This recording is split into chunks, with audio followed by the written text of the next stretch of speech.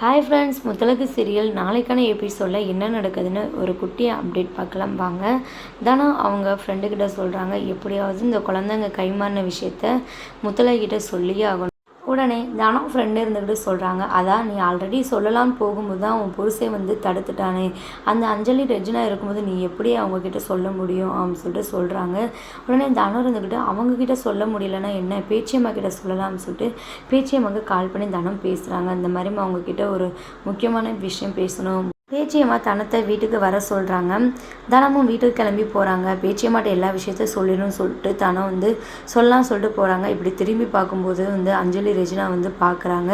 உடனே தனம் பயந்து போயிட்டு நிற்கிறாங்க. இவங்க வேற பார்க்குறாங்களே, நம்ம உண்மையை சொல்லாமல் வேணாமா. ஒரு பக்கம் அஞ்சலி ரெஜினாவுக்கு ரொம்பவே பயமாக இருக்குது. இந்த தனம் மட்டும் உண்மையை சொல்லிட்டு நம்ம நிலைமை என்ன ஆகும் அப்படின்னு சொல்லிட்டு பார்த்துட்டு இருக்காங்க.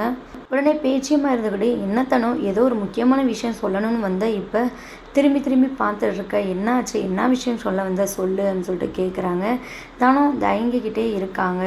இந்த அஞ்சலி ரெஜினா வேற பார்க்குறத பார்த்துட்டு தனம் பயப்படுறாங்க. நம்ம சொல்லிட்டா நம்ம பையனை ஏதாச்சும் பண்ணிடுவாங்களே, அன்னைக்கே சேகர் சொன்னானே, அவங்க கொல்றது கூட தயங்க மாட்டாங்க அப்படின்னு சொல்லிட்டு மனசில் நினச்சிக்கிட்டு, சரி இன்னொரு நாள் இந்த விஷயத்த சொல்லிக்கலாம்னு சொல்லிட்டு அப்படியே பேச்சிய மாட்டேன் தனம் சமாளிச்சுட்டு போயிடுறாங்க.